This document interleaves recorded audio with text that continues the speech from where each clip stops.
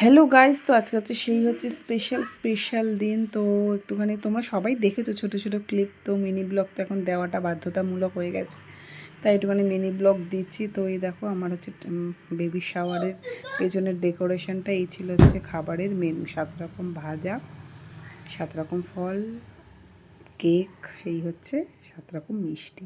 তো ডেকোরেশনটা কেমন হচ্ছে তোমরা কিন্তু অবশ্যই বলবে। আর এটা হচ্ছে কেক। তো সবটাই সাজিয়েছে আমার হচ্ছে যা। তো ওকে অসংখ্য ধন্যবাদ এত সুন্দর আমাকে একটা সারপ্রাইজ গিফট দেওয়ার জন্য। তো আমি ভাবিও নি যে ও আমাকে এত সুন্দর একটা সারপ্রাইজ দেবে। তো তার জন্য ওকে থ্যাংক ইউ। তো অনেক ভালোবাসা। তো আমার কাছে পুরো অজানাই ছিল, ভেবেছিলাম যে এত কিছু হবে না, হয়তো যেটুকানি নিয়ম সেটুকানি হবে।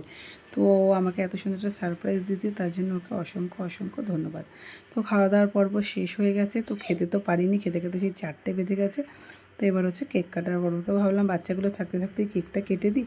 তো এরপর তো আর কেক কাটলে সব বড়োরা মিলে কেক কাটবো, তাই ভাবলাম বাচ্চারা মিলে কেকটা কাটি। তো দেখো আমার ছেলেকে কতবার ডাকছে, আমার ছেলে আসছেই না। তো ছেলে খালি বারবার জিজ্ঞেস করছে মায়ের আজকে কী।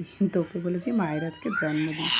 তো চলো কেকটা কাটিং করে নিই। তো দেখো সব বাচ্চারা এসেছে, শুধু আমার ছেলেই আসেনি। কতবার ডাকলাম পাপা আয়, আসলো না। আর ভাল লাগছে না, আসবে না। বেকার ওকে জোর করাও যাবে না।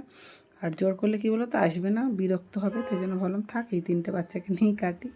তো চলো, দেখতে হচ্ছে তোমাদের দাদা ভাইয়ের বন্ধুর মেয়ে। তো দেখো কি হাসি। তো চলো কেক কাটিং অলরেডি হয়ে গেছে, তো সবাইকে খাইয়ে দিই। তো এই ছিল আমার আজকে মিনি ব্লগ। কেমন লাগলো তোমরা কিন্তু অবশ্যই কমেন্টে বলবে। আর আমার ছেলে তো কেক খায়ও না, তো ছেলের কেক খাওয়ার কোনো প্রশ্নই নেই। আর তো চলো, এই ছিল আজকের মিনি ব্লগ। কেমন লাগলো কমেন্টে কিন্তু অবশ্যই জানাবে।